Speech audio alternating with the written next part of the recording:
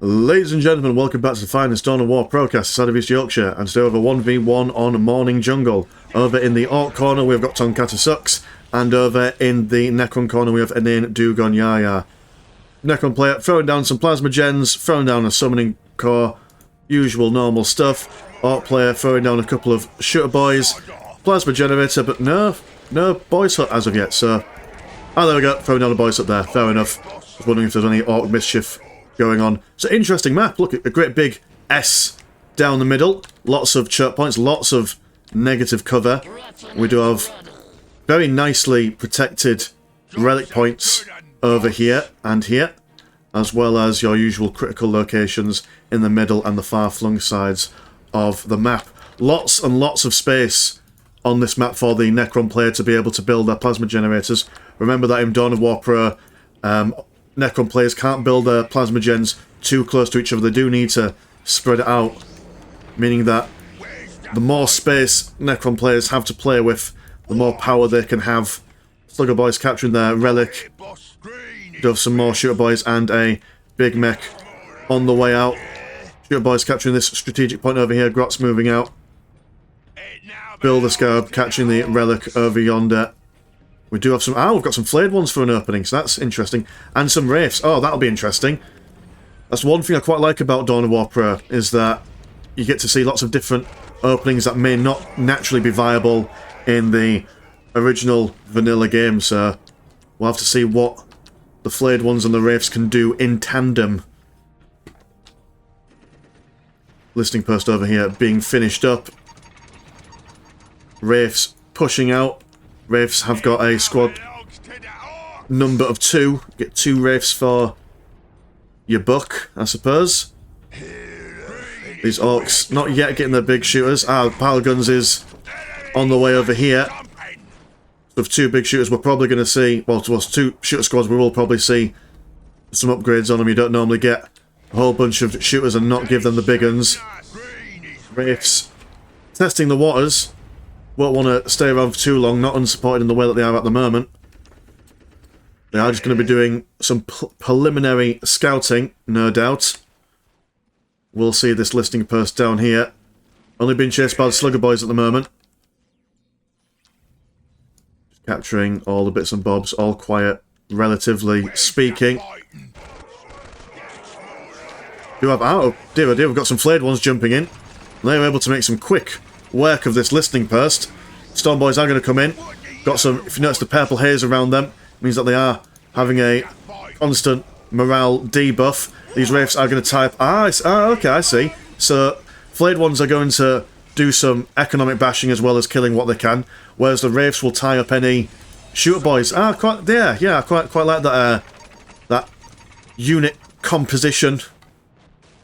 It's very good. Anything else coming out? We've got some more wraiths, so yes, 2 shooter boy squads, 2 wraith squads, and a flayed one squad. That'll keep everyone nice and tied up. Wraiths, however, are in the negative cover there. They will be able to get nice and close. Big mech is going to see what he can do. These guys will probably teleport back home. See about little green embellishes around them. Wraiths aren't going to teleport home though, however. They are just going to make their way back at their own accord. Almost been taken down there. Do have some Wraiths pushing over here, and we've got some attack Scarabs as well.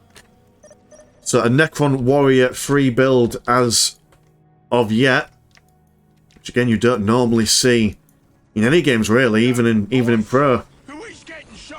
Attack Scarabs very good at munching their way through listing post, and with these Necron flayed ones and wraiths, yeah, I'm liking this raid playstyle. Don't stay in one place for too long, get your economic damage in, and then leave. These attack scarabs, I do believe, can decap and recap points as well, so if they really want to, they could also do some mischief to this relic. Orks taking down that Builder Scarab. Another listing post being assaulted by these attack scarabs. They are able to make quick work of the listing post's armour. Slugger boys recapping this strategic point over here. These guys are going to have a quick look and see what they can see. And they have got their next upgrade, as you can tell by this little symbol above them. Necron Monolith jabbing these boys with some teleport juice. We'll send them back home. Storm boys jumping around. This listening post has been taken down. And these guys are going to go over here and see what they can cap and decap and all that. Forbidden Archive coming down now. Might see a Necron Lord out on the field soonish. Orks crossing the river. Going into the Necron base. They want to see if they could do some counter harass 49 and 20 to 90 of the Necrons. So serious economic advantage for the Necron player. Done a really good job at harassing the Ork economy. Now I've got 2 squads of flayed ones. These guys will want to be pushed back. They have been shot by some green shooty bits. I've got a general looking debuff, not sure what that means there. We'll have to ask that in the Discord. Remember, links for the game and the Discord are in the chat box description below. Keep on calling it chat, I'm not a Twitch streamer. These guys have been pushed back across the river, but not wanting to cross the river themselves. These guys will be teleported back, although, mind you, unfortunately, this can only teleport 2 boys at once. Well, at the tier 1 anyway. Now going to go for tier 2 on this. These flayed ones are going to take the long way home. Hard boys now out. Storm boys have managed to cap that place. Builder Scabs have gone underground there. Attack Scabs decapping this strategic point over here. Wraiths moving out once again. Flayed ones jumping in round the back. Big mech slapping these flayed ones there. As scary as the flayed ones are, the big mech will be able to strike them down. Picking up one boy, slapping him around with the butt of his pistol before discarding his fleshy, meaty corpse. Hard boys now out. Will be able to stand toe-to-toe with these flayed ones a little bit better. Morale will still be a problem for them. And these wraiths just causing absolute carnage around the back lines of the shooter boys. Even if they don't get any kills, even if they don't do that much damage, they are keeping their big shooters offline. Which is a great boon for the Necron player. Necron's teleporting back home. Necron Lord now out. How's the Ork economy going? Still a bit not brilliant, but it is getting better. Tatscav's now decapping the relic over here. You guys will have to try and sort these attack scavs out. Bugger boys down here capping what they can. Don't want to push in the base too far unsupported. Whilst they will be caught in a world of hurt. Necron Lord is now up. Critical location in the middle going for the Orks. If they are left to their own devices. More Builder Scabs over here being stealthed in. Even if they don't do anything, they can see for scouting purposes what's going on. Necron Lord pushing out of the base. Will be able to make great use of his teleporting ability. Also can put down a Necron tier pylon, which allows boys to teleport to it if they so wish. Further increasing the raid capabilities of these Necrons. Do have a whole smorgasbord of attack scabs now out over here. Orks will need to either respond or do something. The response is pushing into the base. Do we have... yeah, we've got one Necron squad in the Monolith. Necron Lord being fired at by all sorts. Going solo, he might not be able to hold on for very long. Flayed ones teleporting in Necron tier pylon. Jumping down, I do believe that also reduces the line of sight. Increasing the health regen for all these boys around here as well. Hard boys being reinforced, but losing their morale will push them back. Ork shooter boys over here being stabbed in the face and the ankles by the attack scarabs. Flayed ones forever pushing onwards. Wraiths now 3 in a squad each will be doing what they can to tie up these shooter boys.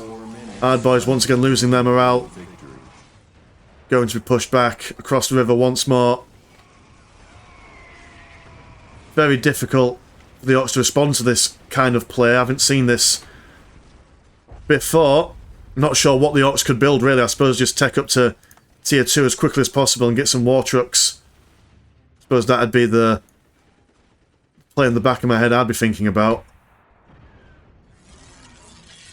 Gotta remember that in-game it is quite difficult to think. I would certainly not be faring as well as Tongata in this game.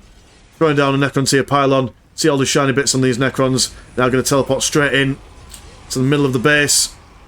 Middle of the scrum. All sorts of Ork nonsense going about. Flayed ones playing anything within reach. Everyone's going to retreat backwards. Ship boys losing their morale. Storm boys moving around the side. 2 minutes will take and hold victory in the favour of the Orks. Dove Destroyer coming out. What's the Orks tech like? At 55, so they are at tech tier 2.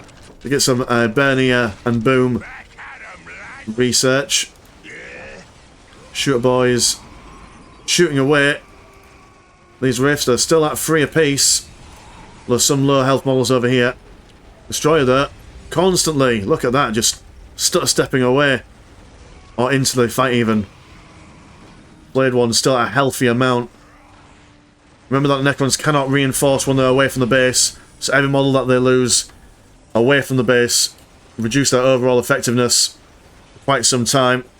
Orks now been pushed all the way into the base. Will have the additional help of all these war banners and listening posts there. They will be able to hold on a lot longer than you would expect. At least that's the hope anyway. Necron's been bunched up. And the Wraith's not quite been able to get round the side towards these shooters at the back. Blade ones slowly but surely losing their health. With just the sheer mass of them, the sheer amount of them, they will be able to push through the meaty exterior of the Orks. Got some nonsense going on over here. We've got some Slugger Boys over here that might want to come and join in. But mind you, if I was their Slugger Boys, I'd think to myself that I would not want any part of this engagement. Blade ones sound like a terrible time for everyone involved. All the Orks jump into the boys' hut. Jumping up from the other side, using the building itself as cover. We'll slap around these flayed ones. War banner going down. 2 destroyers out there. This is a lot for the Ork player to contend with. Nothing really that they can do against these boys as of now, and Tongata throws out the GG. Fairly quick game, but I mean, I think both players did really, really well considering. I mean, that build from the Necron player, I haven't seen that before, and it was really impressive to see. And the Ork player being able to hold on for as long as he was, able to use this river and the negative cover to his advantage. Yeah, good play from both players. Anyway, my name's been Mr. Landchat. Pleasure as always, never a chore, and I will see you in a bit. Peace.